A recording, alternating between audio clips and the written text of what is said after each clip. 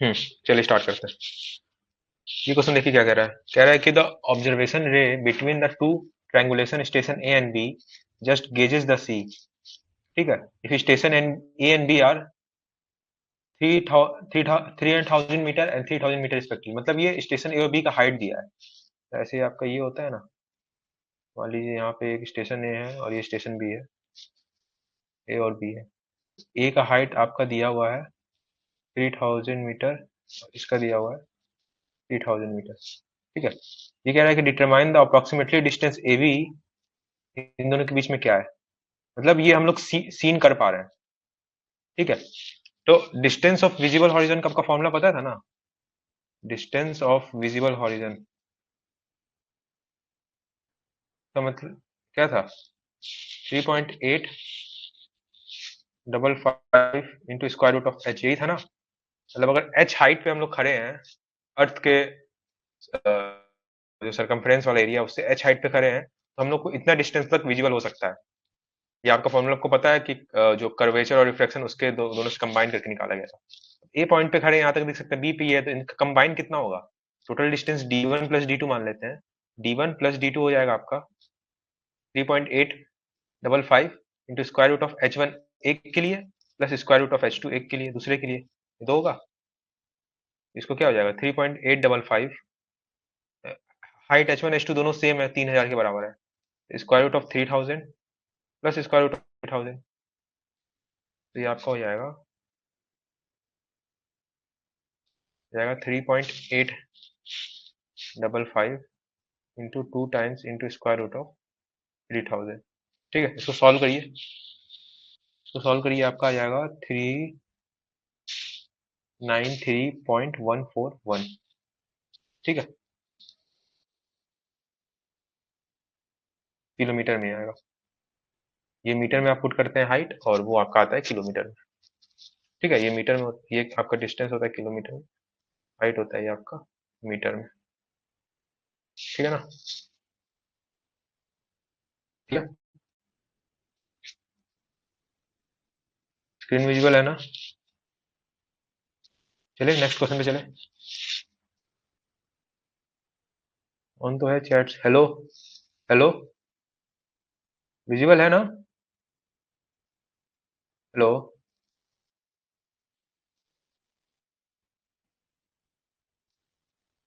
Audible है क्या।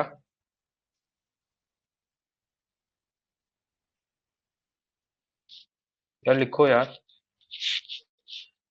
आना क्या।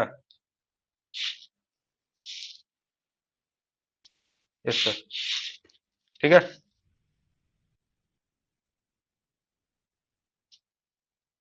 हाँ, चलिए आ रही है ना। चलो, चलो नेक्स्ट क्वेश्चन पे चलते हैं। ये क्वेश्चन समझ में आया ना।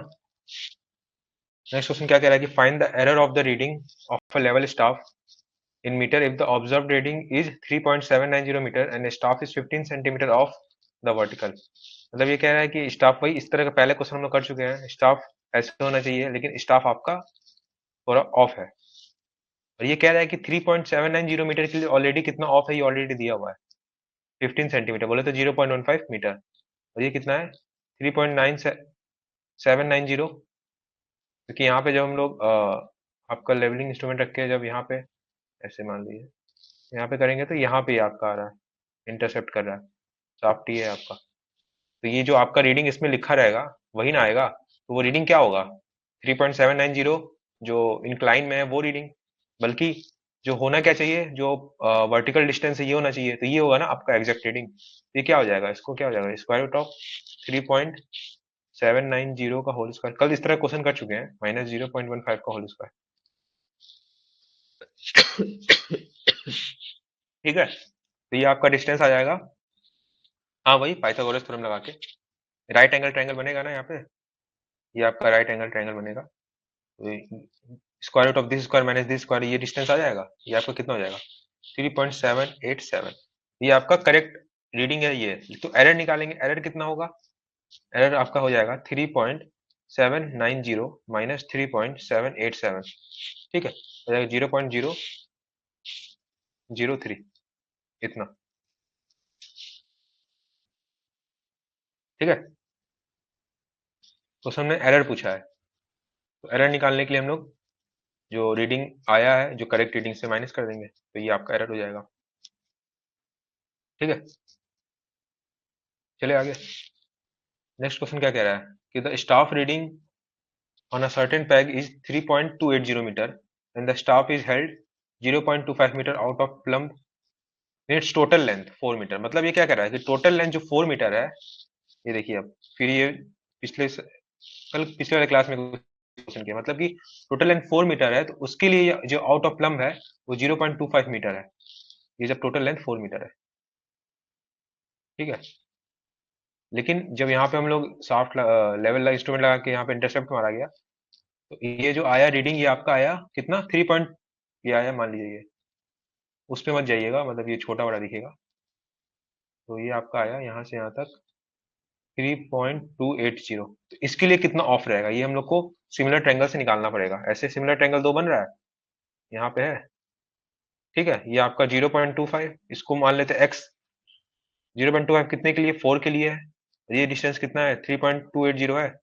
देखिए यहाँ दो ट्रायंगल बन रहा है, एक ये वाला, ये और ये ट्रायंगल, ये दोनों आपस में सिमिलर है। सिमिलर है तो इन दोनों का रेशियो बराबर होगा ना, जैसे x divide by 0.25, x divide by 0.25 वो बराबर होगा 3.280 डिवाइड बाय 4। यहाँ पे x कितना आ जाएगा, 3.280 डिवाइड बाय 4 इंटू 0.25 आ जाएगा। हाँ, तो यहाँ पे x आपका कितना आ जाएगा, x आ जाएगा 0.205 मीटर, मतलब 3.280 के लिए इतना x ऑफ है, ठीक है। तो फिर अब छोटे वाले ट्रायंगल में ये राइट एंगल ट्रायंगल है और ये आपका 0.205 है, ये 3.280 है, ये राइट एंगल है, तो पाइथागोरस थ्योरम लगाइए। 3.280 का होल स्क्वायर माइनस 0.205 का होल स्क्वायर, ठीक है। तो सॉल्व करिए, आपका आ जाएगा 3.274, ये आपका करेक्ट रीडिंग ये होगा। चले आगे,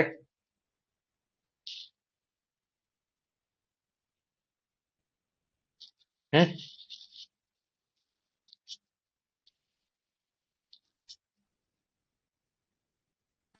सही है।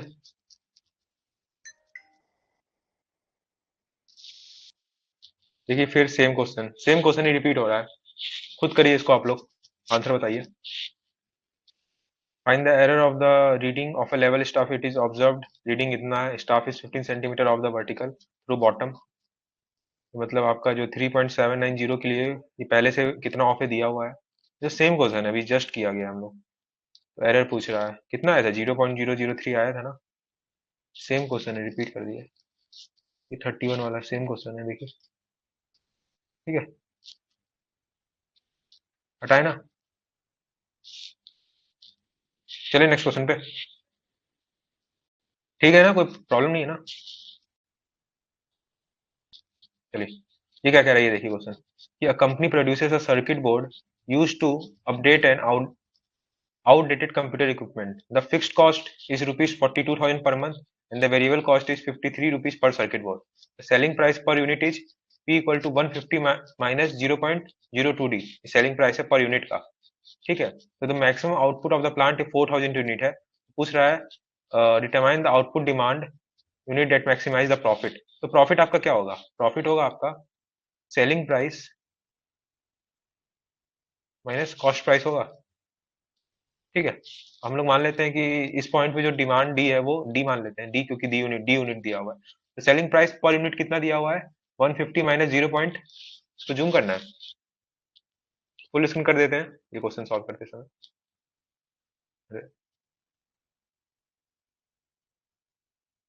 ठीक है, चलिए, selling price minus cost price होगा। सेलिंग प्राइस आपका क्या दिया हुआ है, पर यूनिट का दिया हुआ है 150 माइनस 0.02 डी, तो इनटू इसमें डी मल्टीप्लाई कर देंगे तो सेलिंग प्राइस आ जाएगा, क्योंकि डी यूनिट के लिए हम लोग निकाल रहे हैं। तो 150 माइनस 0.02 डी है पर यूनिट का, और इंटू डी यूनिट मल्टीप्लाई कर दिया है, minus cost price. Cost price में दो प्राइस आएगा, एक होगा फिक्स्ड कॉस्ट जो कि 42,000 रुपया पर मंथ है, तो ये 42,000 प्लस वेरिएबल कॉस्ट कितना है 53 रुपी पर सर्किट बोर्ड, मतलब पर यूनिट। तो 53 इंटू डी, ये आ जाएगा। ये क्वेश्चन सॉल्व के क्या बनेगा, प्रॉफिट पी का क्या बनेगा, 150 D minus 0.02 D square minus 42,000 minus 53 D, ये क्या हो जाएगा, माइनस 0.02 डी स्क्वायर प्लस, ये करेंगे इन दोनों को सॉल्व तो 97 डी आएगा, और ये आपका हो जाएगा माइनस 42,000। अब ये पी, ये प्रॉफिट को मैक्सिमाइज करना है डी के फॉर्म में, तो क्या होता है, हम लोग first derivative equal to zero कर देते हैं, डीपी बाई डी डी निकालेंगे फर्स्ट डेरिवेटिव, ये कितना आएगा, इसको डेरिवेटिव निकालेंगे कितना आएगा, माइनस 0.04 इंटू डी प्लस 97, ये किसको करेंगे जीरो, इसको करेंगे तो डिफरेंशिएट जीरो कांस्टेंट टर्म का, first derivative equal to zero करेंगे तो डी क्या हो जाएगा, 97 डिवाइड बाई 0.04, ये आपका आएगा 2425। ठीक है, फर्स्ट डेरिवेटिव एक ही पॉइंट पे जीरो हो रहा है, तो ऑब्वियस, और सेकंड डेरिवेटिव इसी पॉइंट में देख रहे हैं, सेकंड डेरिवेटिव हमेशा क्या आएगा आपका, इसको इसको डेरिवेटिव करेंगे क्या आएगा, माइनस 0.04 है, नेगेटिव आ रहा है सेकंड डेरिवेटिव, तो मतलब क्या रिप्रेजेंट कर रहा है, ये मैक्सिमा, मतलब ये मैक्सिमम है, तो मतलब इस पॉइंट पे आपका प्रॉफिट मैक्सिमाइज होगा। ठीक है, तो आपसे क्वेश्चन में क्या पूछ रहा है, determine the optimum demand that units that maximize the profit, तो पूछ रहा है कि आपका कितने यूनिट पे आपका प्रॉफिट मैक्सिमाइज होगा, तो कितना हो जाएगा यहाँ पे, डी इक्वल टू 2425, समझ में आया, selling price into number of unit total cost price, sir D क्यों ले लिए हैं, डी क्योंकि क्वेश्चन में दिया है ऑलरेडी, डी के फॉर्म में दिया है, यहाँ देखिए ना, ये जो 150 माइनस यहाँ लिखा नहीं है, लेकिन डी के फॉर्म में ही होगा, लिख देना चाहिए यहाँ पे, डी क्या रिप्रेजेंट कर रहा है, क्वेश्चन में लिखा नहीं है। ठीक है, selling price per unit already दिया है 150 माइनस 0.02 डी। ठीक है, 4,000 का मतलब यूज यहाँ पे ये होगा कि मान लीजिए डी का वैल्यू 4,000 से ज्यादा जाता, तब वो 4,000 का यूज होता वहां पे। ठीक है, तो हम लोग को रेंज निकालना पड़ता, उस हिसाब से फिर करना पड़ता, अभी तो 4,000 से कम ही आया है, तो फिर 4,000 का यूज ही कुछ नहीं है।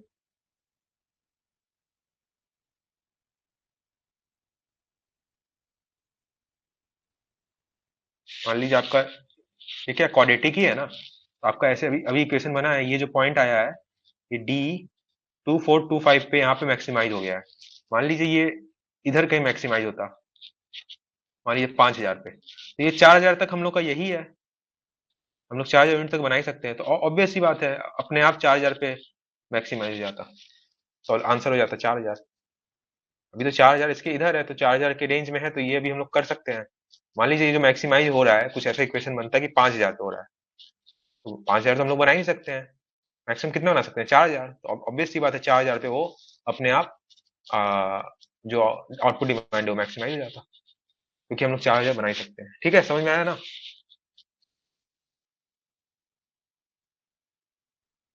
और डी यहाँ पे नंबर ऑफ यूनिट है, इस क्वेश्चन में दिया नहीं है, यहाँ लिख दीजिएगा, क्योंकि डी है आपका नंबर ऑफ यूनिट, देना चाहिए था, selling price per unit is इतना।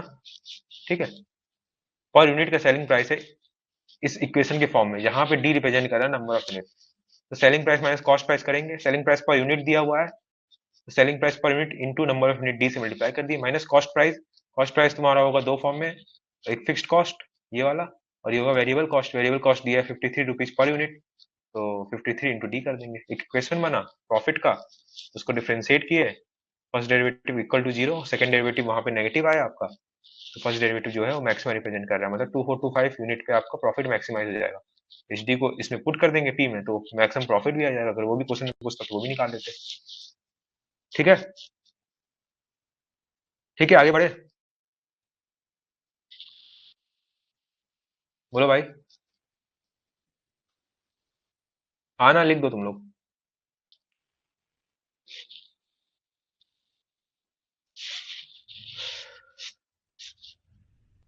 ठीक है यार, हाँ ना तो लिख दिया करो। हाँ, पर मंथ आउटपुट 4,000 दिया है, क्योंकि ये हम लोग पर मंथ का ही निकाल रहे हैं भाई, क्योंकि फिक्स्ड कॉस्ट भी दिया है, पर मंथ के हिसाब से सब कुछ दिया है, पर मंथ का ही निकल रहा है।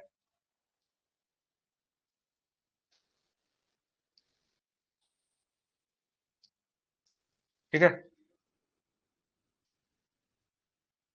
ना, देखिए फिक्स्ड कॉस्ट 42,000 रुपये पर मंथ है, पर मंथ का ही सब निकल रहा है। वेरिएबल कॉस्ट इतना दिया है, सेलिंग प्राइस ये दिया हुआ है, maximum output plant demand per month का ये दिया हुआ है। तो वो क्वेश्चन में ये पूछना चाह रहा है कि determine the output demand D that maximize the profit per month के हिसाब से निकालना है। ठीक है,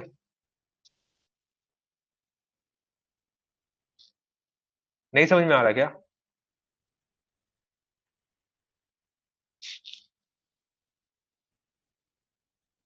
बताओ भाई, उस हिसाब से आगे बढ़े।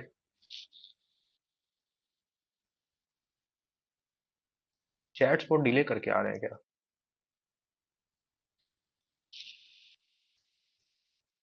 हम्म, क्वेश्चन कह रहा है कि हाँ, अगला भी ऐसा ही है। क्वेश्चन कुछ नहीं है, क्वेश्चन देखो क्या कह रहा है, कह रहा है कि तुमको प्रॉफिट मैक्सिमाइज करना है। क्वेश्चन में क्या क्या दिया है? फिक्स्ड कॉस्ट दिया हुआ है, selling selling price, cost price, दो दो दो चीज से मिलके बनता है ना। एक तो होता है fixed cost plus variable cost होता है। फिक्स्ड कॉस्ट तुम जितना भी यूनिट बनाओ सेम ही लगता है, तो वो आपका 42,000 रुपया दिया है। वेरिएबल कॉस्ट जो आपका है वो यूनिट पे डिपेंड करता है, मतलब कितना यूनिट बन रहा है। ठीक है, 53 रुपया पर यूनिट पड़ रहा है, तो 53 इंटू डी कर देंगे, ये टोटल हो जाएगा आपका cost price. Selling price per unit का दिया हुआ है क्वेश्चन में, एक किसी भी क्वेश्चन फॉर्म में दिया है जहां D number of unit represent कर, तो उसको डी से मल्टीप्लाई कर देंगे। और मान लीजिए डी यूनिट हम लोग बना रहे हैं, तो टोटल सेलिंग प्राइस कितना लगेगा? डी होगा, ये डी से मल्टीप्लाई करेंगे तो सेलिंग प्राइस टोटल ये हो गया, माइनस कॉस्ट प्राइस करेंगे, selling price minus cost price से प्रॉफिट होता है ना। और प्रॉफिट एक इक्वेशन बन गया आपका, और प्रॉफिट पूछ रहा है, मैक्सिमाइज करना है प्रॉफिट। एक इक्वेशन होता है ना, y equal to x square plus b x plus c होता है ना, इसको बोलता है वाई को मैक्सिमाइज करने के लिए तो क्या करते हैं, DY by D X equal to zero करते हैं ना, वही किया है ना। या प्रॉफिट का इक्वेशन दिया है डी के फॉर्म में, तो प्रॉफिट को मैक्सिमाइज करना है तो DP by D D, first derivative को इक्वल टू जीरो करेंगे ना। और जिस पॉइंट पे वो होगा डी इक्वल टू 2425 पे आपका, वही पूछ रहा है किस आउटपुट डिमांड पे, मतलब किस कितना यूनिट हम लोग बनाएंगे तब आपका मैक्सिमाइज होगा प्रॉफिट।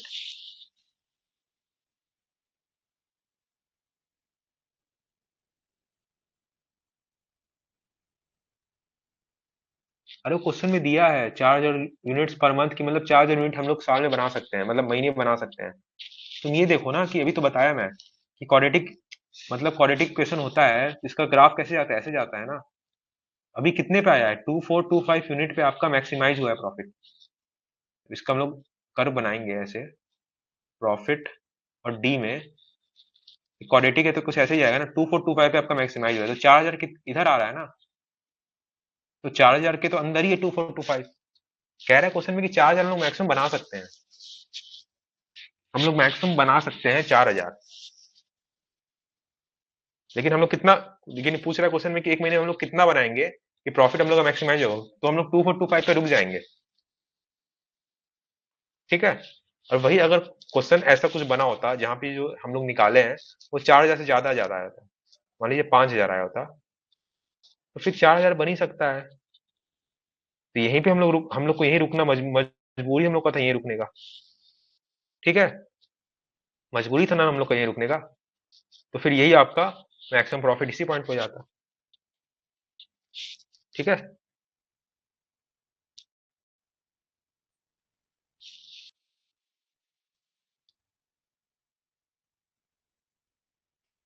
ठीक है, चले आगे।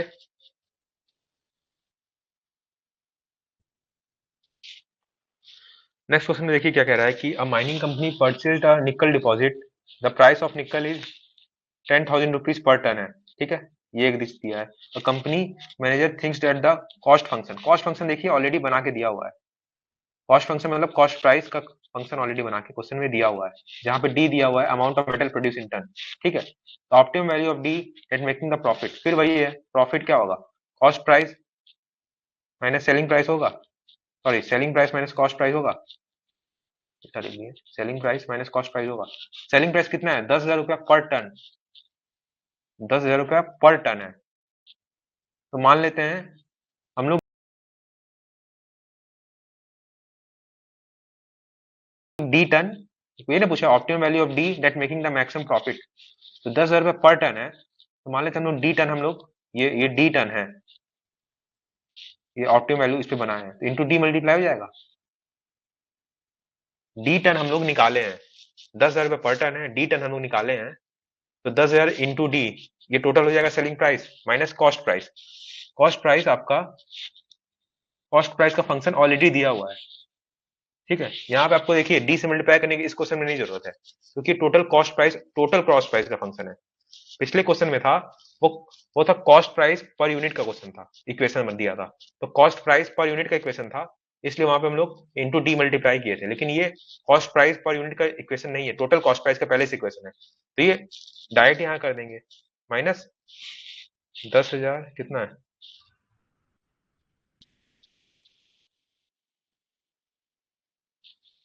ठीक है, कितना है, 1 2 3 4 5 माइनस 9500 डी, डी है 0.5 डी, प्रॉफिट भी आपका लिखिए। इक्वेशन समझ में आया ना कैसे लिखे, बस यहीं तक का खेल है, फिर आगे सेम चीज रिपीटेड है।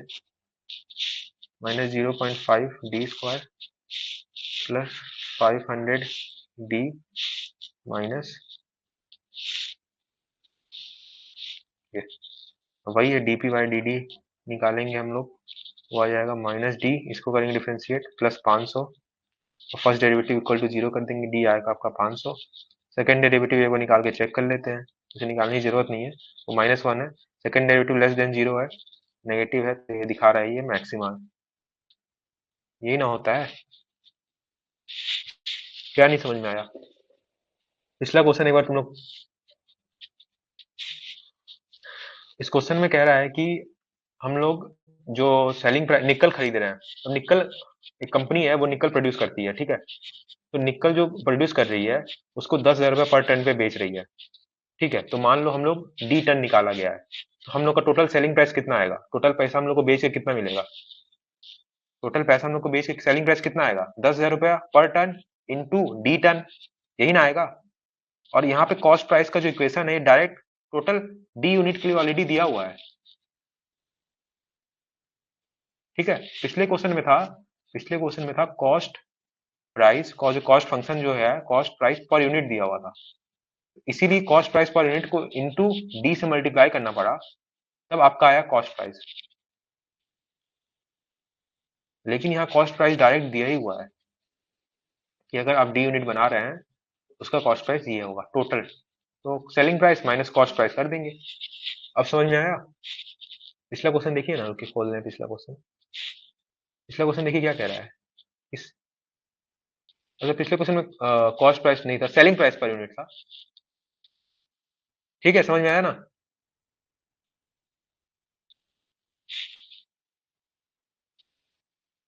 ठीक है,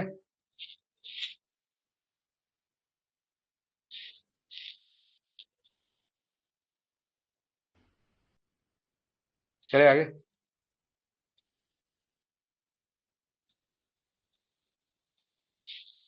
हाँ ठीक है, सेकंड डेरिवेटिव निकाले, नेगेटिव आया, मतलब ये मैक्सिमा, तो ये इसका आंसर क्या हो जाएगा, ऑप्टिमम कितने पे, 500 यूनिट हम लोग बना रहे हैं, 500 टन जब हम लोग मतलब बेच रहे हैं निकाल के, तो उसमें हम लोग का प्रॉफिट मैक्सिमाइज हो रहा है, ठीक है। चले आगे, फिर देखिए सेम ही उसी तरह क्वेश्चन है, देखिए ये क्या कह रहा है, थोड़ा अलग है। Suppose the demand function of a company product is इतना 1200 minus 3 where P is the price in rupees per unit, ठीक है, and Q is the unit demand per week, the maximum revenue, ठीक है।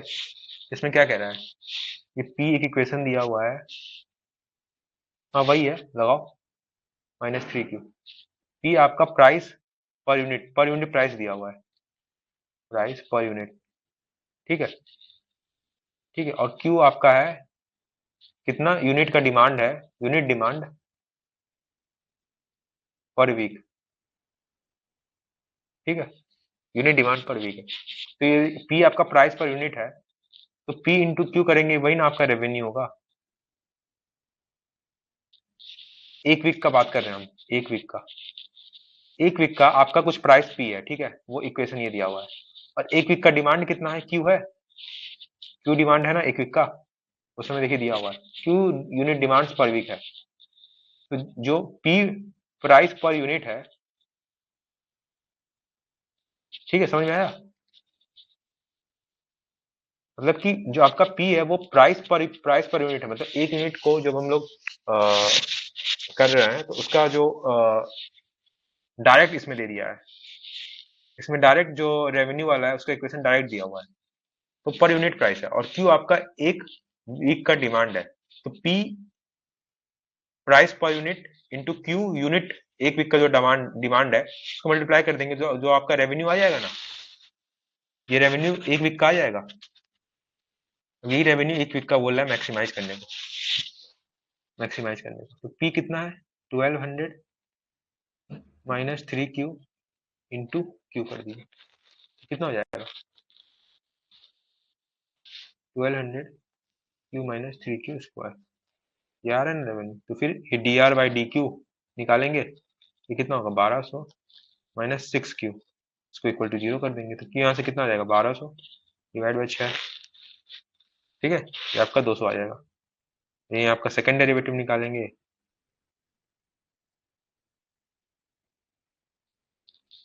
सेकंड डेरिवेटिव निकालेंगे, ये आपका हो जाएगा, कितना आ रहा है -6 आ रहा है जो कि नेगेटिव है, मतलब ये आपका मैक्सिमाइज करेगा, तो कितने आपका मैक्सिमाइज रेवेन्यू, तो यहाँ पे क्यों नहीं पूछा है, यहाँ पे पूछा है कि मैक्सिमम रेवेन्यू होगा क्या, रेवेन्यू का इक्वेशन क्या था 1200 क्यू माइनस 3Q स्क्वायर, तो क्यू इक्वल टू 200 पे आर मैक्सिमम हो रहा है, आर मैक्सिमम का वैल्यू पूछा है, तो क्यू 200 इसमें पुट कर देंगे, 1200 इंटू 200 माइनस 3 इंटू 200 का होल स्क्वायर, तो सॉल्व करिए कितना आएगा 24,000,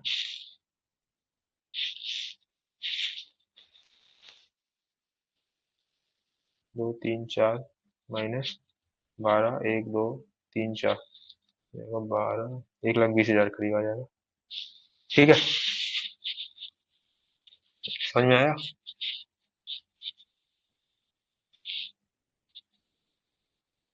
चले आगे, क्यू इंटू क्यू क्यू की है, पी आपका क्या है प्राइस पर यूनिट है, पर यूनिट का प्राइस है, ठीक है, एक वीक का कह रहा है डिमांड क्यू है, क्यू यूनिट का डिमांड है एक वीक का, पी आप इक्वेशन छोड़ दीजिए, पी इक्वेशन के फॉर्म में लिखा आप लोग कंफ्यूज हो रहे होंगे, पी समझिए ऐसे, पी है आपका प्राइस पर यूनिट, अगर ये 500 होता तो हम लोग क्या कहते हैं 500 रुपीज पर यूनिट एक प्राइस है, ठीक है, ये कहते हैं ना, नीचे बताते हैं एक सेकंड,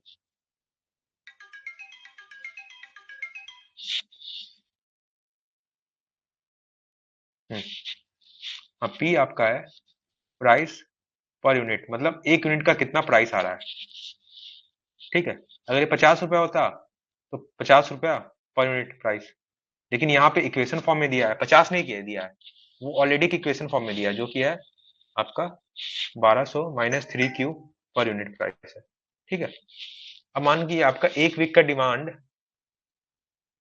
कुछ क्यू यूनिट है, तो आपका रेवेन्यू आर कितना होता, price per unit 50 into Q होता, लेकिन यहाँ पे 50 नहीं दिया है, ये ऑलरेडी दिया हुआ है 1200 माइनस 3Q इंटू क्यू कर देंगे, अब समझ में आया क्यों किए हैं,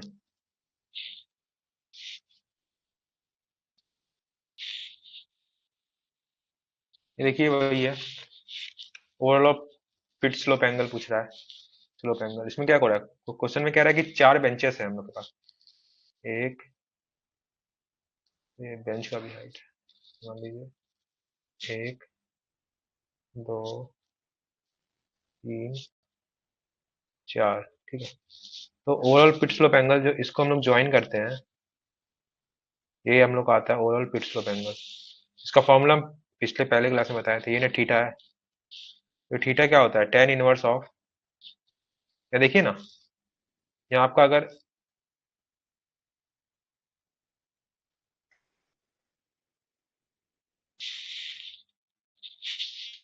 हेलो,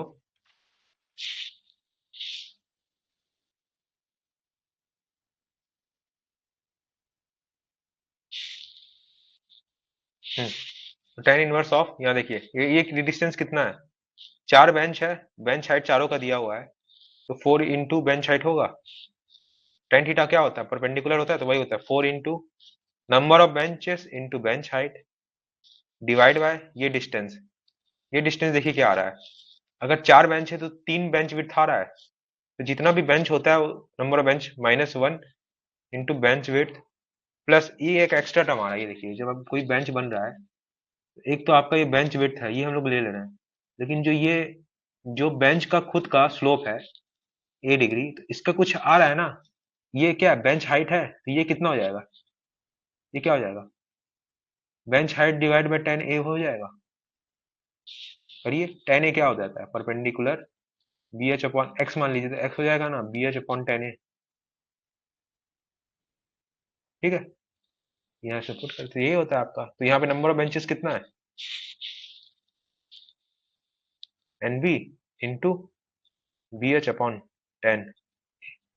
फॉर्मूला यही बनता है, प्रूव कर दिए हम, इसको वैल्यू पुट कर दिए, थीटा को टेन इनवर्स और number of benches 4 into bench height कितना दिया हुआ है 15 divide by 3 into bench width कितना है 50 plus into 15 divide by 10 70 degree. इसको सॉल्व करिए, थीटा आपका आएगा 19.247 डिग्री, जो अप्रॉक्स होगा 19.25 डिग्री पे। ठीक है,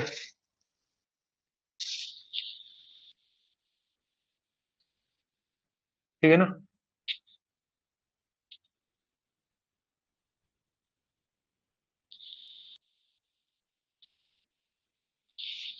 टेन थीटा क्या होता है, परपेंडिकुलर अपॉन बेस होता है, तो थीटा क्या हो जाएगा, टेन इनवर्स होता है ना परपेंडिकुलर अपॉन बेस, वही है मिसाल। ठीक है, ठीक है, चले।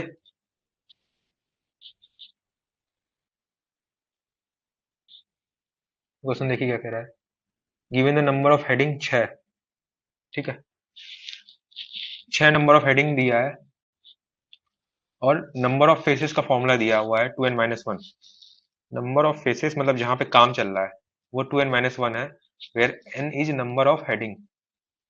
नंबर ऑफ हेडिंग कितना दिया है 6, तो 2 इंटू 6 - 1 मतलब 11 फेस पे आपका काम चल रहा है। समझ में आया, ये पहला पहला चीज तो ये हो गया। अब क्या कह रहा है कि जो आपका number of blasting round per day है वो 3 है, जो विड्थ ऑफ हेडिंग है, मतलब हेडिंग कैसे गैलरी मान लेते हैं, विड्थ ऑफ हेडिंग है वो 4 मीटर है, हाइट आपका दिया हुआ है 3.5 मीटर। एडवांस, एडवांस क्या होता है, एक राउंड ऑफ ब्लास्टिंग के बाद कितना फेस आगे बढ़ता है उसको कहते हैं एडवांस, वो कितना 1.5 मीटर। ये समझ में आया, और डेंसिटी ऑफ कोल है 1.4 टन पर मीटर क्यूब होगा। ठीक है, तो बताओ ना, एक राउंड ऑफ ब्लास्ट के बाद कितना वॉल्यूम निकला, एक एक फेज से 3.5 इंटू 4 इंटू 1.5 निकला, इतना मीटर क्यूब में निकला। इसको हम लोग मल्टीप्लाई कर देंगे 1.4 से, तो इतना टन में निकला। ठीक है, इतना टन में निकला। ये फॉर्मूला क्वेश्चन में दिया हुआ है, यहाँ कुछ दिमाग लगाने की जरूरत नहीं है। ठीक है,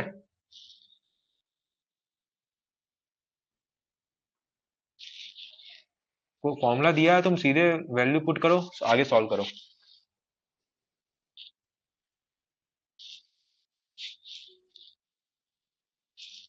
ठीक है, तो ये इतना टन ऑफ कोयला एक राउंड ऑफ ब्लास्टिंग में एक फेज से निकला।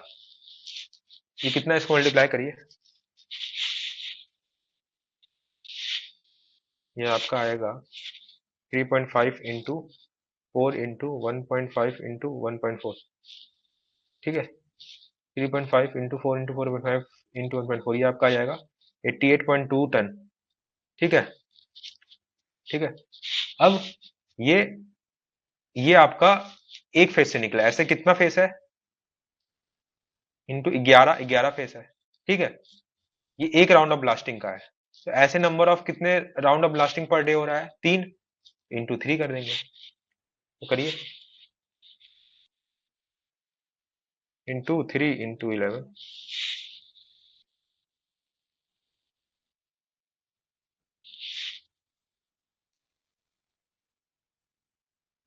वो मैक्सिमम का केस होता है, वो मैक्सिमम का केस होता है। दो, 2n-1 और 3n-2 दो अलग होता है, वो मैक्सिमम का केस होता है, बताएंगे हम अभी।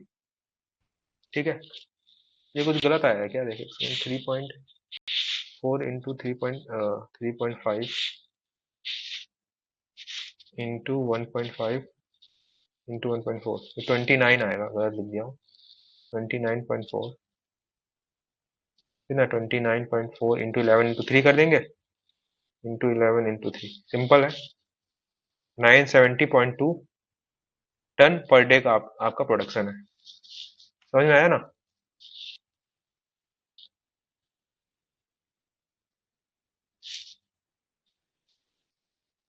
कहाँ दिया है भाई, एक एक में 2n+1?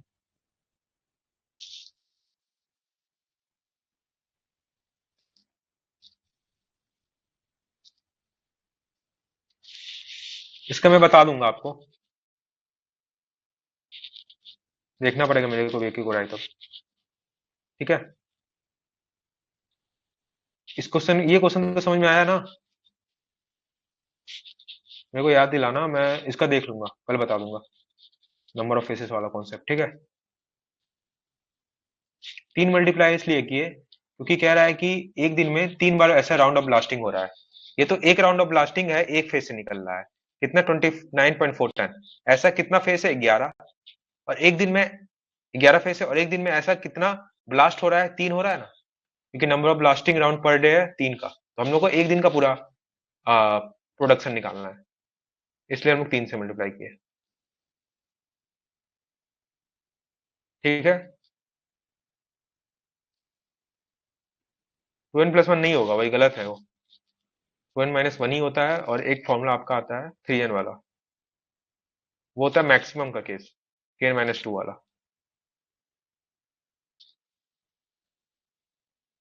मैक्सिमम जो हो सकता है वो होता है फॉर्मूला 3n-2, लेकिन जो वर्किंग हम लोग कंडीशन लेते हैं उसमें लिखते हैं 2n-1 का, इतना हमको पता है। ठीक है। 3n-2 का हम लोग लेते हैं मैक्सिमम, कितना फेस हम लोग वर्किंग कर सकते हैं, लेकिन उतना हम लोग वर्किंग नहीं होता है। वर्किंग होता है 2n-1, वर्किंग फेसेस। कभी भी अगर प्रोडक्शन प्रोडक्शन निकालने को कहा तो ये वाला फॉर्मूला यूज करिएगा, अगर इसमें तो दिया हुआ है, नहीं दिया हुआ है तो। और ये आपका पूछ दिया क्वेश्चन में कि मैक्सिमम नंबर ऑफ फेसेस कितना हो सकते हैं, तो 3n-2। ठीक है। हम वैसे एक बार देख लेंगे हम, सानू। ठीक है, चलिए अभी नेक्स्ट क्वेश्चन प्रोसीड करते हैं।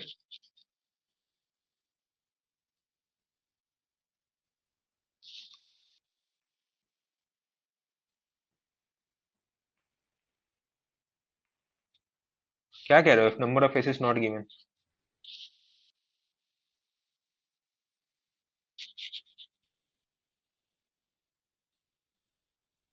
बोल तो रहा हूँ यार, दो फॉर्मूला है ना अपने पास, 3n-2, 2n-1, जहाँ n होता है नंबर ऑफ हेडिंग, तो 3n-2 होता है वो मैक्सिमम नंबर ऑफ फेसेस जो हो सकता है, लेकिन वो उतना नंबर ऑफ फेसेस में हम वर्किंग नहीं करते हैं। अगर वर्किंग फेसेस की बात की जाए तो 2n-1 वर्किंग फेसेस होता है, जो कि इस केस में दिया हुआ है। ठीक है। इस केस में दिया हुआ है 2n-1, जहाँ पे n दिया नंबर ऑफ हेडिंग। फेस नहीं दिया होगा, बिना फेस से काम कैसे होगा? फेस नहीं दिया होगा, एक फेस मान के करेंगे क्वेश्चन में। नंबर ऑफ फेसेस नहीं दिया है तो एक फेस मान के करेंगे। ठीक है।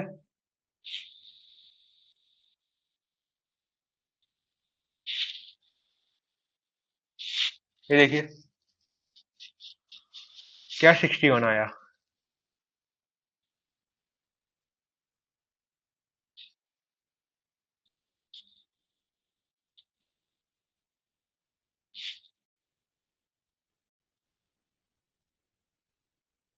क्या भाई तुम लोग क्या लिख रहे हो, 61 कहाँ है?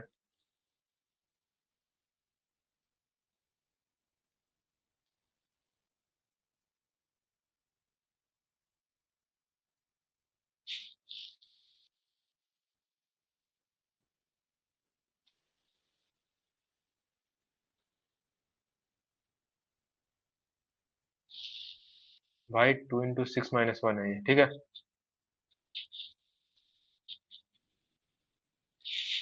लास्ट टाइम पे ज्वाइन किया कर, तब समझ में आएगा। चल, नेक्स्ट क्वेश्चन देखते हैं।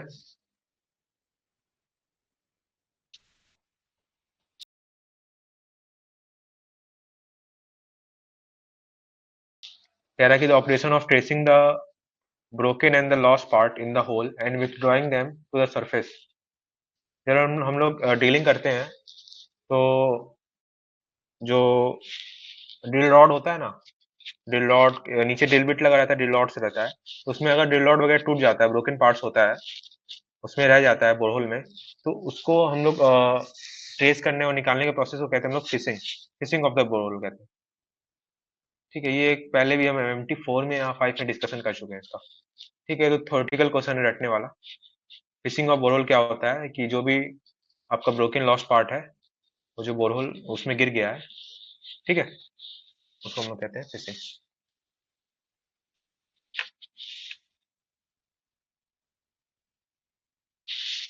ठीक है भाई।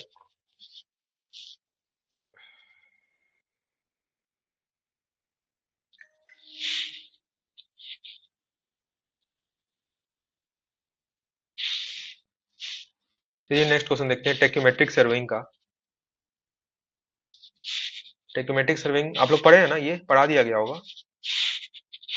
इसमें दो फॉर्मूला होता है, एक होता है यहाँ से हम लोग सर्वेइंग करते हैं, टेक्योमेट्रिक सर्वेइंग में इंस्ट्रूमेंट होता है जिसमें आपका 3 क्रॉस हेयर्स होता है, और उस तीनों को फिर हम लोग लेवलिंग करके साफ्ट होता है उस पर इंटरसेप्ट करते हैं। 3 इंटरसेप्ट यहाँ पे निकल के आता है, एक होता है अपर, एक होता है मिडल इंटरसेप्ट, और ये होता है लोअर। क्वेश्चन में दिया हुआ है अपर इंटरसेप्ट का वैल्यू दिया हुआ है 2.34 मीटर, मिडिल का दिया हुआ है 2.12, लोअर का दिया हुआ है 1.77 मीटर। ठीक है, तो क्या S1 S2 S3 लिख देते हैं। इस शाफ्ट पे जो मतलब वही लेवलिंग करते हैं उसी तरह होता है, बस इसमें थोड़ा क्रॉस हेयर्स वगैरह रहते हैं, और उससे हम लोग इंटरसेप्ट करते हैं। तो ये समझिए यहाँ पे 3 इंटरसेप्ट आता है। ठीक है, और यहाँ पे दो डिस्टेंस होता है, डिस्टेंस डी होता है, जो ये आपका होता है क्या, हॉरिजॉन्टल डिस्टेंस होता है KS cos square theta plus C cos theta. ठीक है, और वर्टिकल डिस्टेंस V होता है KS sine 2 theta divide by 2 plus C sine theta. ठीक है, यहाँ पे दो कांस्टेंट है, दिख रहा होगा। डी आपका है horizontal distance, horizontal distance, V आपका है वर्टिकल डिस्टेंस। ठीक है, दो कांस्टेंट दिख रहा होगा के और सी, ये होता है के मल्टीप्लाइंग कांस्टेंट, और ये होता है एडिटिव कांस्टेंट। ठीक है, क्वेश्चन में के का वैल्यू दिया हुआ है 100, सी का वैल्यू 0.3 दिया हुआ है। ये फॉर्मूला आपको याद होना चाहिए। ठीक है, ये फॉर्मूला आपको याद होना चाहिए। इस क्वेश्चन में एक चीज नहीं दिया है, जो हाइट ऑफ इंस्ट्रूमेंट है वो नहीं दिया है, वो देना चाहिए। ठीक है, हाइट ऑफ इंस्ट्रूमेंट नहीं दिया है, इसको आप लिख लीजिए 2.4803 मीटर, ये क्वेश्चन में देना चाहिए। ठीक है, ठीक है ना।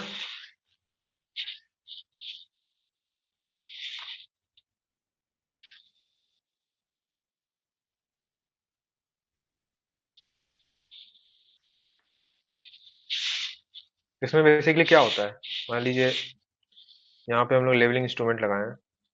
ठीक है, तो लेवलिंग करें, तीन हम लोग वो ड्रॉ किया गया, ये पॉइंट ए है और ये है आपका पॉइंट बी। ठीक है, दो पॉइंट यहाँ पे साफ्ट लगा है, तो यहाँ पे आपका करके इंटरसेप्ट किया गया, तो 3 पॉइंट पे आपका इंटरसेप्ट हुआ है, ऐसे करके किया जाता है, मान लीजिए। ठीक है, ये क्या होता है आपका, तीन यहाँ पे इंटरसेप्ट आता है S1 S2 S3। तो जो मिडल से होता है ना, मिडल वाला इंटरसेप्ट, वो होता है आपका साफ्ट का बॉटम से, इसको कहते हैं हम लोग आर, समझे, इसको कहते हैं हम लोग आर। और जो वी वर्टिकल डिस्टेंस जो बताया ना इसका फॉर्मूला, वो जो हाइट ऑफ इंस्ट्रूमेंट है, मतलब इंस्ट्रूमेंट में कुछ हाइट एच है, उसका एक नॉर्मल लाइन बन रहा है, उसका डिस्टेंस होता है आपका मिडल वाले से, ये वी होता है, और ये होता है हॉरिजॉन्टल डिस्टेंस डी। एक ए पॉइंट है, ये है बी दूसरा पॉइंट, ये एक सरफेस है, ए पे इंस्ट्रूमेंट रख के तीन इंटरसेप्ट लिया गया, S1 S2 S3। जो आर एक आर टर्म डिफाइन करते हैं, वो होता है मिडिल इंटरसेप्ट का डिस्टेंस बॉटम से, और जो वी वर्टिकल डिस्टेंस होता है वो आपका डिस्टेंस होता है हाइट ऑफ इंस्ट्रूमेंट, जो इंस्ट्रूमेंट रखा गया ए पॉइंट पे, उससे हम लोग एक हॉरिजॉन्टल लाइन ड्रॉ करेंगे, वो क्या होता है, वो हाइट ऑफ इंस्ट्रूमेंट का लाइन होगा, उससे मिडिल का इंटरसेप्ट है वो हाइट ऑफ इंस्ट्रूमेंट, वो बी हो जाएगा। ठीक है, तो आप देखिए ना, अब फॉर्मूला देखिए क्या बनेगा। अब इसका आर एल यहाँ पे क्या है, आर एल ऑफ ए है, इस पॉइंट का आर एल क्या, आर एल ऑफ बी है। तो आर एल ऑफ ए में आर एल ऑफ बी हमको निकालना है। इसमें क्या करेंगे, आर एल ऑफ ए में, आर एल ऑफ ए है ना इस पॉइंट का, इसमें पहले तो हाइट ऑफ इंस्ट्रूमेंट ऐड करेंगे। ठीक है, इसमें क्या करेंगे, हाइट ऑफ इंस्ट्रूमेंट ऐड कर देंगे, एच आई। इस पॉइंट का हाइट आ गया, आर एल आ गया। इसमें क्या वी ऐड करेंगे, प्लस वी, यहाँ से यही है ना, है तो ये वी आपका ऐड करेंगे तो इस पॉइंट का आएगा। अब उसमें आर माइनस कर देंगे तो बी पॉइंट का आ जाएगा आर। समझ में आया फॉर्मूला। आर एल ऑफ ए में पहले हाइट ऑफ इंस्ट्रूमेंट ऐड किए, ये हाइट, तो ये इस पॉइंट का आया, फिर वी ऐड किए तो ये S2 का आया, और S2 में माइनस आर किए, नीचे गए तो ये बी पॉइंट का आ गया। ठीक है, अब देखिए क्वेश्चन में ये पूछ रहा है कि आर एल ऑफ, क्वेश्चन आपका क्या पूछ रहा है, आर एल का डिफरेंस पूछ रहा है कि हाइट का डिफरेंस कितना होगा। ठीक है, R L of B minus R L of A, यही पूछ रहा है। ये क्या होगा, height of instrument plus V minus R. Question में देखिए क्या क्या दिया हुआ है, यहाँ तो हॉरिजॉन्टल डिस्टेंस का जरूरत पड़ेगा नहीं, वी वर्टिकल डिस्टेंस निकालना पड़ेगा। वी का फॉर्मूला क्या होता है, A S sine 2 theta divide by 2 plus C sine theta, ये होता है ना। के आपका क्वेश्चन में दिया हुआ है, के मल्टीप्लाइंग कांस्टेंट 100, सी एडिटिव कांस्टेंट 0.3 दिया हुआ है, तो कितना हो जाएगा ये 100 इंटू साइन थीटा, कितना दिया हुआ है देखिए, लाइन ऑफ साइट का इंक्लिनेशन दिया हुआ है 1 डिग्री 9 मिनट, 9 मिनट है। 1 डिग्री 9 मिनट को पूरा ओवरऑल डिग्री में आप कन्वर्ट करिए, कितना आएगा, ओवरऑल डिग्री में कन्वर्ट करिए कितना आएगा, 1 डिग्री 9 मिनट, यही ना है। ये कितना हो जाएगा, 1.15 डिग्री हो जाएगा। ये कितना होता है, 1 डिग्री प्लस 9 डिवाइड बाय 60, ठीक है ना,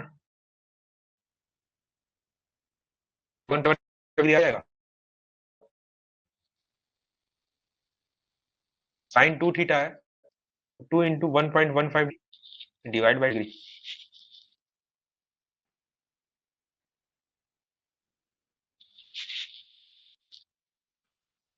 हेलो, विजिबल है,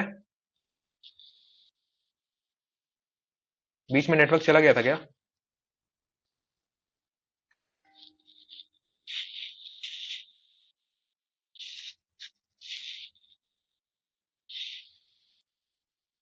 ठीक है, विजुअल है ना अभी। अब देखिए इसको सॉल्व करेंगे, आपको कितना आएगा, तो सॉल्व करेंगे आपका आएगा 1.1437 प्लस 0.00602,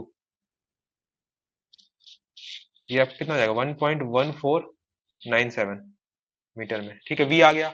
आर आपको हम बता ही दिए हैं, तीन आपका ऑलरेडी जो ये दिया हुआ है, तो आर आपका क्या होता है, मिडिल से जो डिस्टेंस होता है पॉइंट बी का, इसी को आर कहते हैं ना। ये आर आपको ऑलरेडी क्वेश्चन में दिया हुआ है, कितना है 2.12 मीटर। वी आपका दिया हुआ है, वी आपका भी हम लोग निकाले, वी आपका हम लोग अभी निकाले हैं 1.1497, 1.1497। डिपेंड करता है कितने डेसिमल तक निकालना है। ठीक है, डिपेंड करता है। अब यहाँ पे तो आपका 2 डेसिमल तक है, तो 3 तक लेके चलिए, लास्ट में राउंड ऑफ कर दीजिएगा। ठीक है, तो अब इसमें करिए R L of B minus R L of A. Height of instrument नहीं दिया है इस, तो इस हाइट ऑफ इंस्ट्रूमेंट हम बताए थे ना, इसको मान ले, क्वेश्चन में कितना बताए थे, क्वेश्चन बताए थे हम 2.4803, ये प्लस आ जाएगा 1.1497 माइनस 2.12। यार 3 लेके चल लो ना, ऐसा कुछ थंब रूल थोड़ी ना है कि कितना, 2 तक अगर क्वेश्चन में पूछता है, मतलब यहाँ पे तो 2 का दिया है, ऑप्शन मार्किंग है, यहाँ पे तो इतना सोचना भी नहीं है। 3 4 लेके चलो, लास्ट में राउंड ऑफ जो किसके करीब आएगा मार देना, अगर न्यूमेरिकल तुम्हारा क्वेश्चन है तो फिर उसमें जितना पूछ रहा है उससे एक ज्यादा लेके चलो और लास्ट में राउंड ऑफ कर दो। ऐसा कोई थंब रूल नहीं होता है, ठीक है। इसको सॉल्व करिए, कितना आएगा? ये आ जाएगा आपका 1.51 मीटर के अप्रॉक्स आ जाएगा, ठीक है। ये ऑप्शन ए आपका यहाँ पे करेक्ट हो जाएगा। समझ में आया? समझ में आया ना?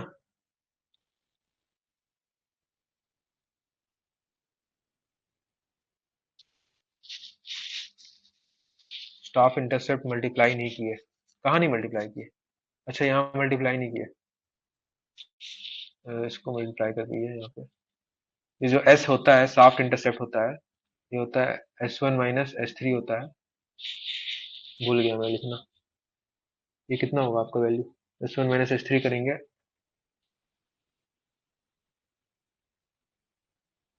2.34 - 1.77।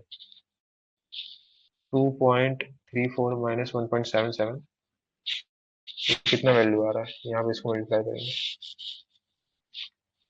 2.34 - 1.77, कितना हो जाएगा? 0.57, ठीक है।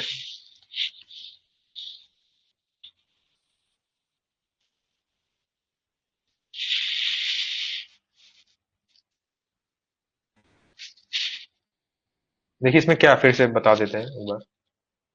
टेक्योमेट्रिक सर्वेइंग होता है, इसमें वही, यहाँ पे इंस्ट्रूमेंट रखेंगे, पॉइंट ए उसका RLA है। यहाँ से हम लोग ये साफ्ट बी पे लगाएंगे और यहाँ पे 3 इंटरसेप्ट लेंगे। एक होगा S1 S2 S3, 3 इंटरसेप्ट लेंगे, ठीक है। जो बीच वाला इंटरसेप्ट है उसका डिस्टेंस क्या रिप्रेजेंट करता है? ये क्या S1 क्या रिप्रेजेंट कर रहा है? पॉइंट पॉइंट जो बी है उससे ये डिस्टेंस S1 रिप्रेजेंट कर रहा है, S2 का ये डिस्टेंस है, S3 S1 का ये डिस्टेंस है, यस S3 S2 S1, ठीक है। 3 इंटरसेप्ट लेंगे। आर एक टर्म होता है, वो रिप्रेजेंट करता है कि जो मिडिल वाला इंटरसेप्ट है उसका डिस्टेंस पॉइंट बी से, वर्टिकल डिस्टेंस, वो आर क्वेश्चन में दिया हुआ है मिडिल वाले का 2.12, ठीक है। और एक होता है एस इंटरसेप्ट, मतलब शाफ्ट का इंटरसेप्ट कितना है, कितना आपका S1 - S3, जो कि हम लोग निकाले हैं, कितना आया है? 0 पॉइंट कितना है? 0.57 आया ना अभी?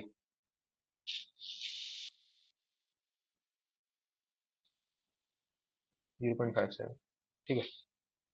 ये ठीक है, ये हो गया। और जो v हम यहाँ पे लिखे ना, जो v वर्टिकल डिस्टेंस होता है, वर्टिकल डिस्टेंस होता है जो मिडिल वाला शाफ्ट में इंटरसेप्ट वैल्यू आया है उस पॉइंट का हाइट, आपका हाइट ऑफ इंस्ट्रूमेंट वाले लाइन से। ये हाइट यहाँ पे इंस्ट्रूमेंट रखा गया, उसका कुछ हाइट यहाँ पे होगा ना, यहाँ से वर्टिकल लाइन ड्रॉ करेंगे, ये होगा हाइट ऑफ इंस्ट्रूमेंट वाला लाइन। इससे आपका कितना डिस्टेंस है ये रिप्रेजेंट करेगा S2। ये समझ में आया? इतने टर्म्स हैं। अब देखिए RL ऑफ बी निकालना है, इस पॉइंट का RL निकालना है, तो RL ऑफ ए आपका यहाँ पे दिया है, RL ऑफ ए पता है। अब प्लस इसमें क्या आप करेंगे, add height of instrument add करेंगे तो इस पॉइंट का RL पता चल जाएगा, हाइट ऑफ इंस्ट्रूमेंट। इस पॉइंट का RL है, इसमें प्लस v करेंगे तो ये जो मिडिल वाला शाफ्ट इंटरसेप्ट है उसका RL पता चल जाएगा, तो प्लस v। और इसमें RL में आप माइनस r करेंगे तो b का आपका पता चल जाएगा, तो माइनस r कर दिए तो ये आपका कितना है? RL ऑफ b है। ये एक फॉर्मूला बनता है, RL of b minus RL of a equal to height of instrument plus v minus r, ठीक है। ये जब हम लोग इंक्लाइनेशन ऊपर है, इंक्लाइनेशन नीचे है तो उसका अलग फॉर्मूला बनता है, आप लोग पढ़े होंगे, ठीक है। प्लस v माइनस r हो गया। अब हाइट ऑफ इंस्ट्रूमेंट क्वेश्चन में नहीं दिया था लेकिन देना होना चाहिए, वो बता दिए। प्लस v यहाँ पे हम लोग निकाल लेंगे, K S sine 2 theta divide by 2 plus C sine theta, ठीक है। ये वैल्यू पुट किए 1.1497 आया, और हाइट ऑफ इंस्ट्रूमेंट हो गया, और आर का वैल्यू जो आपका ये दिया है 2.12, तो पुट करेंगे तीनों वैल्यू, 1.51 के अप्रॉक्स आएगा।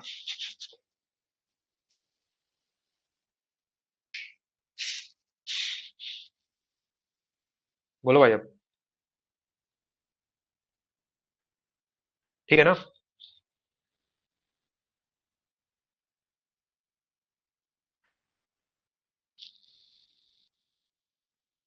ठीक है ना?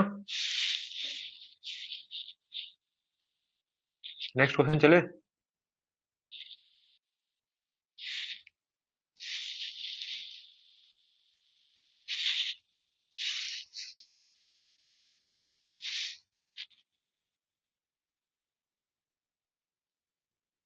क्या कह रहे हो?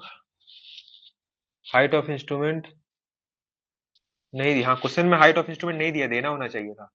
मैं बोला तो हाइट ऑफ इंस्ट्रूमेंट में पहले लिखवा दिया हूँ, क्वेश्चन को बैक सॉल्व किया हूँ, और क्या। क्वेश्चन कहीं कहीं मेरे को मिला ही नहीं, इसका सॉल्यूशन वगैरह कहीं कुछ तो है नहीं, क्वेश्चन में यही दिया है, तो हाइट ऑफ इंस्ट्रूमेंट में बैक सॉल्व करके आंसर निकाल दिया हूँ। क्वेश्चन में ये हाइट ऑफ इंस्ट्रूमेंट देना होना चाहिए, ठीक है। क्वेश्चन में हाइट ऑफ इंस्ट्रूमेंट नहीं दिया है, तो 2.4803 लेके ले लेंगे हम लोग। इनकम्प्लीट क्वेश्चन है, लेकिन कॉन्सेप्ट समझिए आप लोग, कॉन्सेप्ट समझना मेन इंपॉर्टेंट है ना। चले, अब क्या कह रहा है कि back side reading on a benchmark of RL, एक पॉइंट है उसका आरएल दिया हुआ है 200 मीटर, ठीक है। उसका हम लोग बैक साइड रीडिंग लिया गया है, मतलब उसके आगे इंस्ट्रूमेंट रखा गया है यहाँ पे, और यहाँ पे सॉफ्ट इंटरसेप्ट लिया गया है, कितना 2.5 मीटर का, ये कितना है 2.5 मीटर, ठीक है। और फिर आगे हम लोग इनवर्स स्टाफ रीडिंग का फोर साइड रीडिंग लिया गया, आगे हम लोग फोर साइड रीडिंग लिया गया है। और यहाँ साफ्ट अगर सीधा रखते तो वो स्टाफ रीडिंग होता है। इनवर्स स्टाफ का मतलब ये हुआ कि हम लोग साफ्ट उल्टा लगाए हैं, समझे, मतलब छत से उल्टा होके हम लोग लगाए हैं। ये आपका साफ्ट रीडिंग दिया हुआ है 1.23 मीटर, ठीक है। अब पूछ रहा है इस पॉइंट का आरएल क्या होगा। ये इनवर्स स्टाफ लिखा जहां भी रहे उसका मतलब ये होता है। अब क्या करना है, देखिए मैं, आरएल इस पॉइंट का 200 है, प्लस ऐड कर देंगे 2.5, 200 प्लस 2.5 इस पॉइंट का आ जाएगा, इसमें प्लस कर देंगे 1.23, ठीक है। कितना आ जाएगा 203.73 मीटर।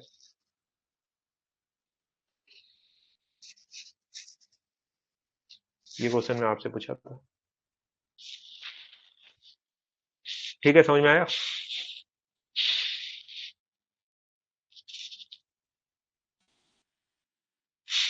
हम्म, एक सेकंड को पानी पी लूं मैं। कह रहा है कि कंपनी प्लान प्लान कर रहा है to place the money in a new venture capital fund that currently returns the 18% per year compounded daily, ठीक है, कंपाउंडेड डेली हो रहा है, मतलब 18% पर ईयर का रिटर्न दे रहा है। तो पर डे का कितना रिटर्न देगा, पर डे का कितना हो जाएगा, 18 डिवाइड बाई 365% होगा, ठीक है। अब एन बराबर पहले क्या था, 1 ईयर था ना, अब थ्री एन में कितना 365 डेज होता है, तो अब कितना, क्योंकि कंपाउंडिंग डेली हो रहा है तो 365 हो जाएगा। देखिए ये कॉन्सेप्ट से बता रहे हैं, इसके बाद फॉर्मूला भी एक होता है, उसे डायरेक्ट आप सॉल्व कर सकते हैं। अब क्या है, पहले क्या था, पहले था कि कोई मान लीजिए ए अमाउंट है, इसका क्या होता था 1 प्लस इंटरेस्ट रेट आई जो भी लगे टू द पावर ऑफ 1। अब क्या होगा, वही ए है, वही ए है, तो उसका इंटरेस्ट रेट कितना हो जाएगा, आई डिवाइड बाई 365 हो जाएगा, टू द पावर ऑफ 365 हो जाएगा। हाँ, तो ये आई होता है आपका इफेक्टिव रेट ऑफ रिटर्न, और ये होता है नॉमिनल रेट ऑफ रिटर्न, ठीक है। ये फॉर्मूला आपका क्या बनता है, I equal to 1 plus 1 minus 1 plus I divide by 365, I dash जो होता है 365। देख लीजिए क्वेश्चन एक बार देख लीजिए, कह रहा है company plan to place a money new venture capital fund that currently returns 18% per year के हिसाब से 18% वो दे रहा है, ठीक है, पर ईयर के हिसाब से वो 18% दे रहा है।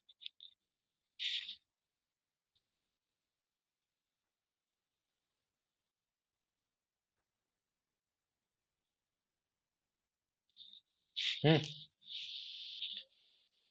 लेकिन कह रहा है कि जो कंपाउंडेड डेली हो रहा है, हम लोग का इस तरह क्वेश्चन हम लोग सॉल्व किया गया था ना, कि जब मतलब ईयर का रेट ऑफ रिटर्न दिया था कुछ परसेंटेज, लेकिन कह रहा था कंपाउंडेड क्वार्टरली हाफ ईयरली, उस तरह क्वेश्चन सॉल्व किया गया था ना, उसी तरह यहाँ क्या कह रहा है,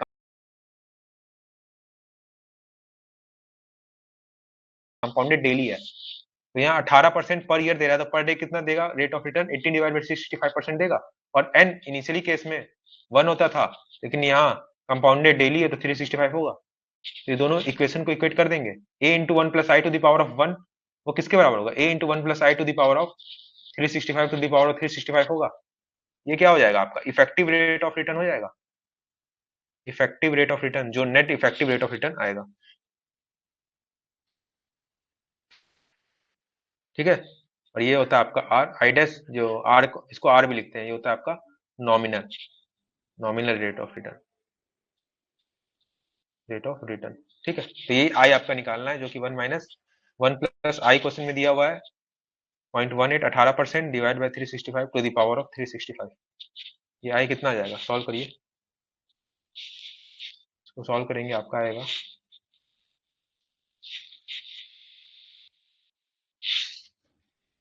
गलत लिख दिया क्या मैं, उधर जाएगा ये, माइनस हो जाएगा, मतलब ये होगा formula 1 + 0.18 divide by 365 to the power of 365 -1, ये होगा। ठीक है,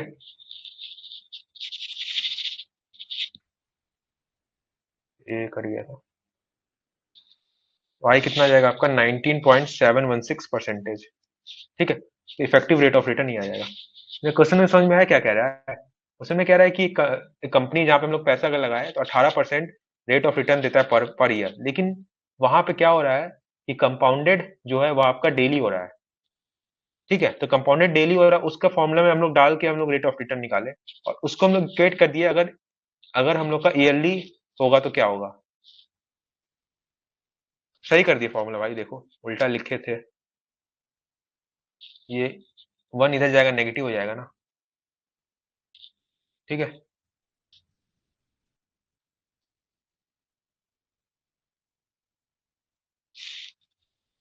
यहीं पे फॉर्मूला आपका बनता है, I = 1 + R/n to the power of 365 to the power of n -1। ये आई होता है आपका effective rate of return, R होता है आपका नॉमिनल, ये एन होता है आपका, डिपेंड करेगा हाफ ईयरली ईयरली जो भी है उस हिसाब से आप निकालेंगे। कंपाउंडेड डेली है तो एन 365 हो जाएगा, कंपाउंडेड हाफ ईयरली है तो एन 2 हो जाएगा, क्वार्टरली है तो एन 4 हो जाएगा। ठीक है, इफेक्टिव रेट ऑफ रिटर्न निकालने का ये फॉर्मूला हो गया।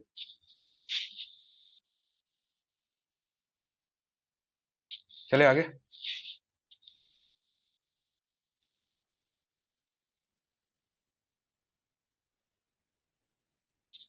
देखिए नेक्स्ट क्वेश्चन क्या कह रहा है, इस तरह क्वेश्चन शायद हम लोग कर चुके हैं एक बार, फिर वही है देखिए, selling price of one rock bolt,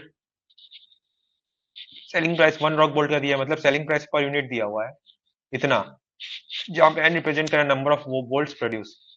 ठीक है, और मैन्युफैक्चरिंग कॉस्ट आपका जो भी फिक्स्ड कंपोनेंट है, फिक्स्ड कॉस्ट है प्लस वेरिएबल कॉस्ट है। ब्रेक इवन प्रोडक्शन पूछ रहा है, ब्रेक इवन प्रोडक्शन पता है ना, जहां पे आपका पहले में आपका प्रॉफिट निकाल रहा था, selling price minus cost price profit, और वहां पे आपको पूछ रहा था प्रॉफिट मैक्सिमाइज करने को। यहाँ पे क्या कह रहा है कि ब्रेक इवन पॉइंट जहां पे सेलिंग प्राइस और कॉस्ट प्राइस बराबर हो जाए, ब्रेक इवन पॉइंट क्या होगा, ब्रेक इवन पॉइंट जहां पे profit is equal to loss is equal to zero होता है, यहाँ होता है सेलिंग प्राइस और आपका cost price. Selling price per unit दिया हुआ है, वन रॉक वोल्ट का मतलब पर यूनिट दिया हुआ है ये इक्वेशन, तो एन के लिए इंटू एन से मल्टीप्लाई कर देंगे, तो 200 एन, 200, चलिए 200 - 10 N to the power -0.5 into N. Cost price दो चीज से है, एक fixed cost plus variable cost, fixed cost आपका दिया हुआ है 15,000 प्लस वेरिएबल कॉस्ट आपका दिया है 100 रुपया पर बोल्ट, पर बोल्ट का है, तो ये आपका क्या हो जाएगा 100 इंटू एन, क्योंकि एन नंबर ऑफ बोल्ट है, ये भी वन रॉक का था मतलब पर रॉक का, ये पर बोल्ट का, 10 से मल्टीप्लाई कर, ये आपका आ गया क्वेश्चन, ये कितने हो जाएगा 200 इंटू एन -10, एन मल्टीप्लाई करेंगे कितना हो जाएगा, N to the power of 0.5 हो जाएगा, ये जाएगा 15,000, 100 एन, हाँ, प्लस 100 इंटू एन, तो सॉल्व करिए इक्वेशन बना के, इसको इधर लाइए, 10 N to the power of 0.5, इधर लाएंगे -100 N plus 15,000 equal to zero, ये कट गया, ये क्या आपका स्क्वायर रूट ऑफ एन है, -10 N plus 1500 equal to zero.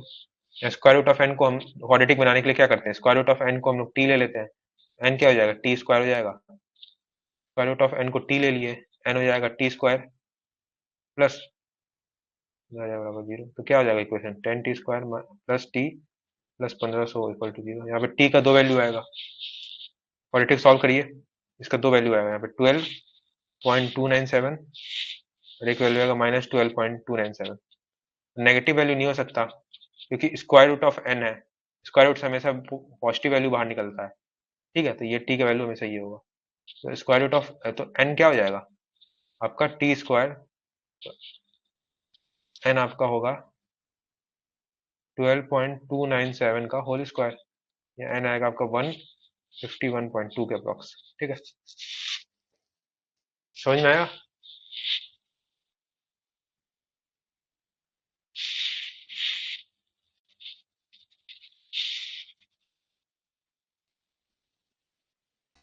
ठीक है।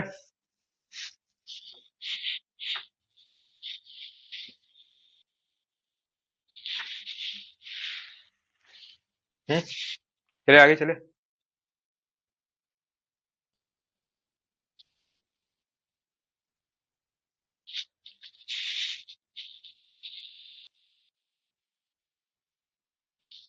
नेक्स्ट क्वेश्चन देखते हैं आपका, समझ में आया ना क्वेश्चन?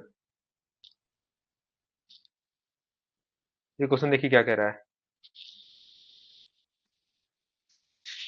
0.5 को कैसे किए हैं, एक मिनट बताता हूँ।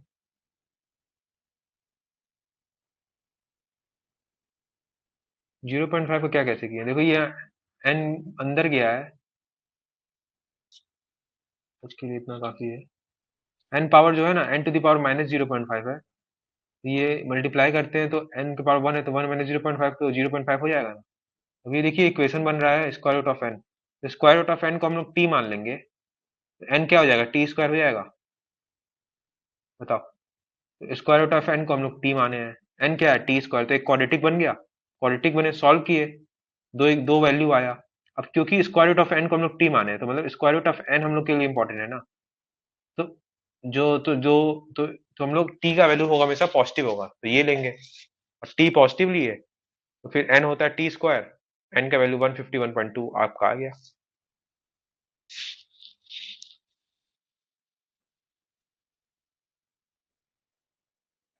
हाँ, 0.5 मतलब 0.5 मतलब वही 1.5 हुआ, और क्या, 1/2 हुआ, और क्या। X to the power of 1/2 वही तो होता है, स्क्वायर रूट ऑफ एक्स इसको कह सकते हैं, X to the power of 0.5। ठीक है,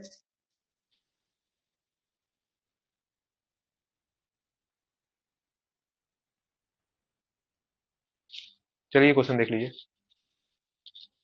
तो क्या कह रहा है कि विड्थ ऑफ हेडिंग, आपका एक हेडिंग है, फिर वही हेडिंग मतलब गैलरी,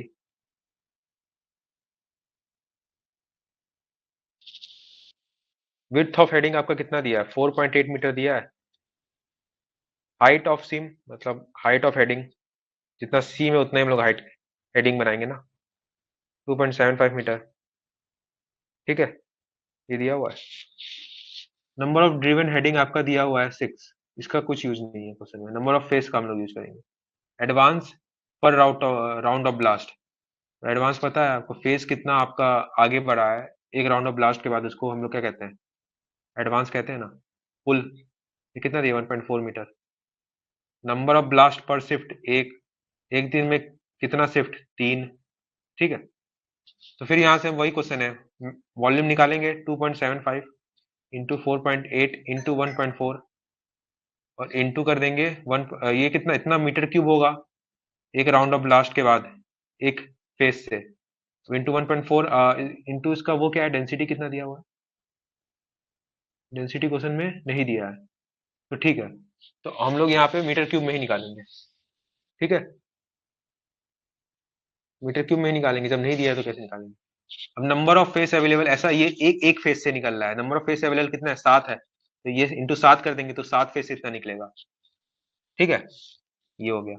अब इंटू इंटू कर देंगे हम लोग, क्योंकि एक नंबर ऑफ ब्लास्ट पर शिफ्ट एक हो रहा है, मतलब एक शिफ्ट में एक ब्लास्ट हो रहा है, और एक दिन में कितना शिफ्ट है, 3। एक दिन में 3 शिफ्ट है, एक शिफ्ट में एक ब्लास्ट हो रहा है, तो एक दिन में कितना ब्लास्ट होगा, 3, इंटू 3 से मल्टीप्लाई कर दिए।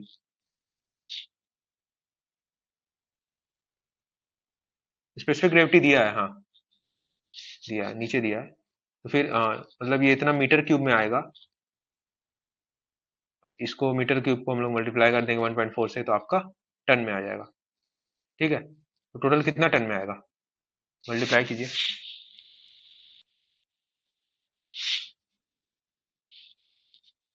2.75 into 4.8 into 1.4 into 7 into 3 into 1.4, कितना जाएगा, 543.312 मीटर टन आया। ये इतना प्रोडक्शन है एक दिन का। ठीक है, अब लेकिन पूछ रहा है ओएमएस, आउटपुट पर मैन शिफ्ट।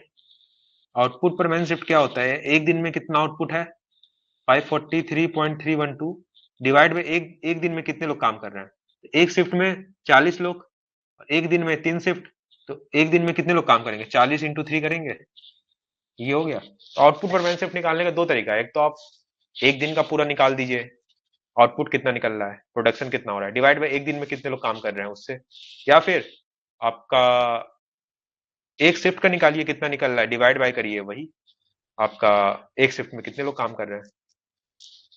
ठीक है, इसको डिवाइड करिए, कितना आ रहा है, आ रहा है आपका 4.5276, ये आ जाएगा आपका ओएमएस, आउटपुट पर मैन शिफ्ट। समझ में आया ना, बोलो भाई।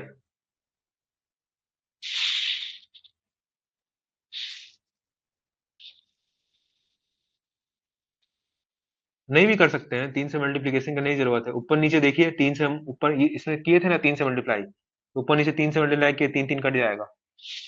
नहीं भी कर सकते हैं, बोला तो दो तरीका है, अगर एक दिन का पूरा प्रोडक्शन पूछता तो आपको 3 से मल्टीप्लाई करना पड़ता ना, तो ये जो हम निकाले हैं, ये जो हम लोग निकाले हैं, ये पूरा एक दिन का प्रोडक्शन निकाले हैं, और एक दिन का पूरा प्रोडक्शन डिवाइड में एक दिन में कितने लोग काम कर रहे हैं, एक तो ये तरीका, नहीं तो हम लोग एक शिफ्ट का प्रोडक्शन निकालते, एक शिफ्ट में कितना प्रोडक्शन हो रहा है, तो कितना होता है, 543.312 डिवाइड बाई 3 होता, और एक शिफ्ट में कितने लोग काम कर रहे हैं, 40,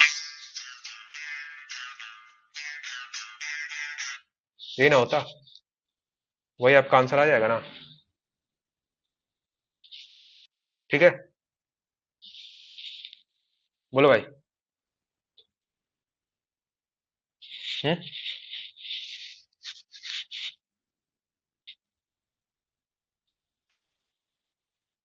इसका भी वही आएगा ना।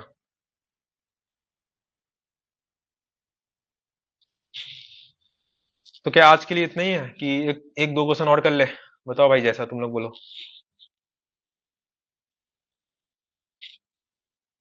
एक क्वेश्चन और कर लेते हैं, फिर कंप्लीट करते हैं। ठीक है सुनील,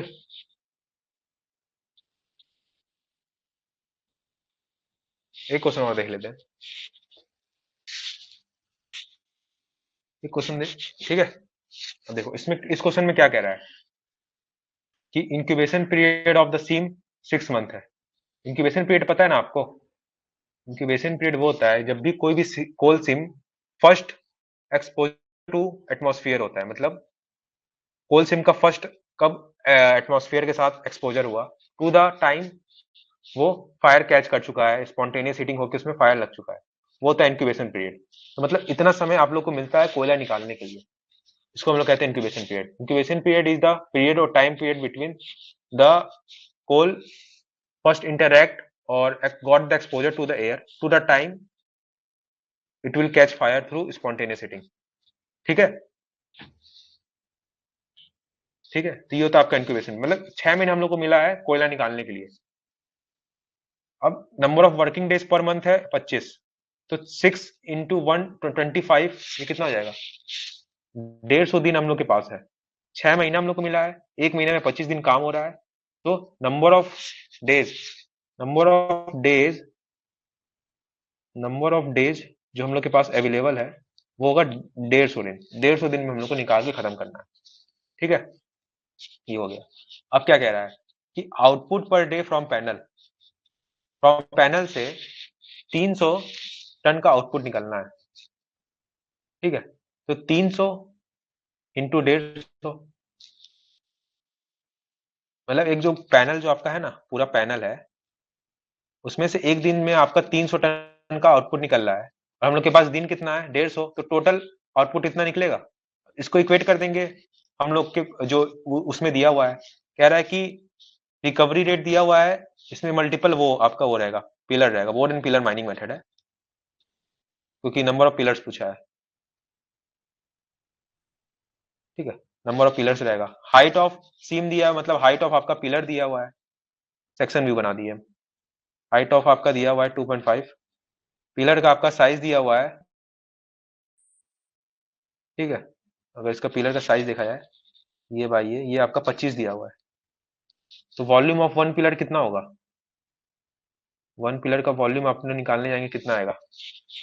25 × 25 × 2.5 होगा, बोलो। और इसको जब हम लोग, वॉल्यूम है, ये मीटर क्यूब में है, इसको जब हम लोग कितना आ रहा है, इसको मल्टीप्लाई कीजिए। 25 × 25 × 2.5 है, ये कितना आ रहा है? 1562.5 मीटर क्यूब। और इसको हम लोग तो टन में निकालना होगा, कितना होगा? 1.3। 1562.5 इंटू 1.3, इतना टन में आ जाएगा।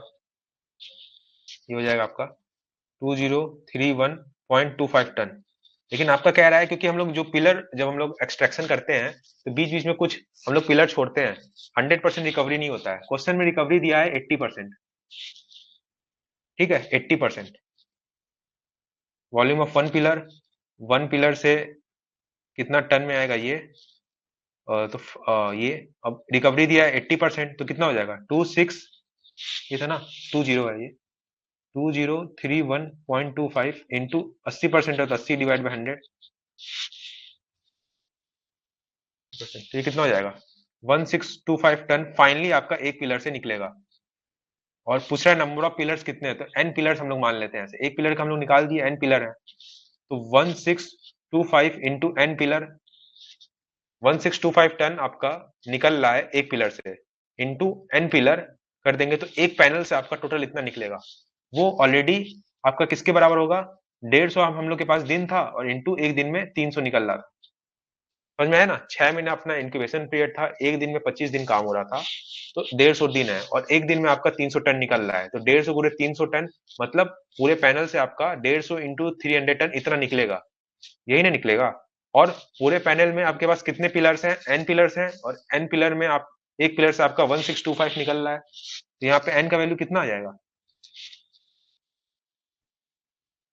150 इंटू 300 डिवाइड बाय 1625, ये ना होगा? कितना आ जाएगा? 27.69 के करीब आएगा। ये कितना? 28 पिलर के अप्रोक्स आप मान के चल सकते हैं। समझ में आया? बताओ भाई, ठीक है, क्लियर है ये क्वेश्चन?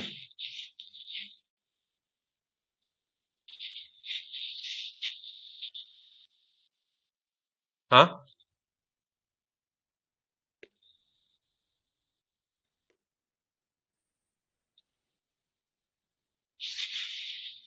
क्लियर, चलो फिर ठीक है। नहीं समझ में आया क्या वीटी तुमको? इसमें कह रहा है कि अपने पास इंक्यूबेशन पीरियड 6 महीना, मतलब 6 महीना के अंदर हम लोग को पूरा निकालना है। ठीक है, ठीक है,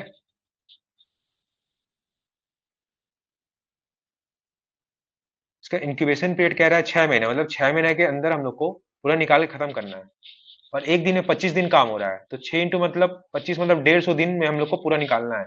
और एक दिन में हम लोग का निकल रहा है 300 टन, तो 300 इंटू 150 टन, मतलब एक पैनल में इतना कोयला है, एक पैनल में आपका इतना कोयला निकल रहा है। टोटल आपका 300 इंटू 150 आ गया यहाँ से।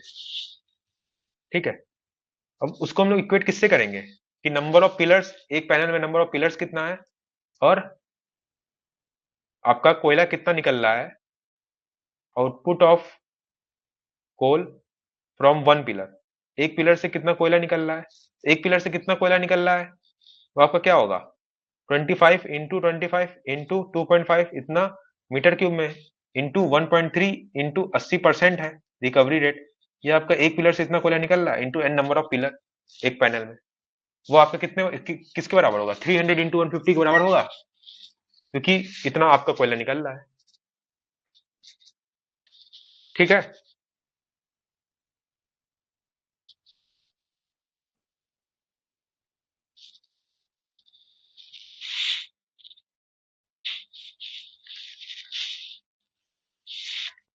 तो चलिए फिर ठीक है, आज का अपना क्लास खत्म कंप्लीट करते हैं।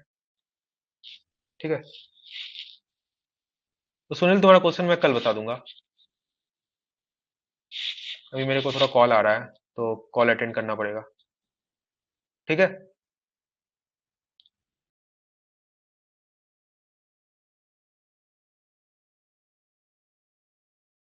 To watch the complete video, download the Mining Gyan app from the Play Store. Enjoy a seamless learning experience without interruptions and subscribe to our YouTube channel.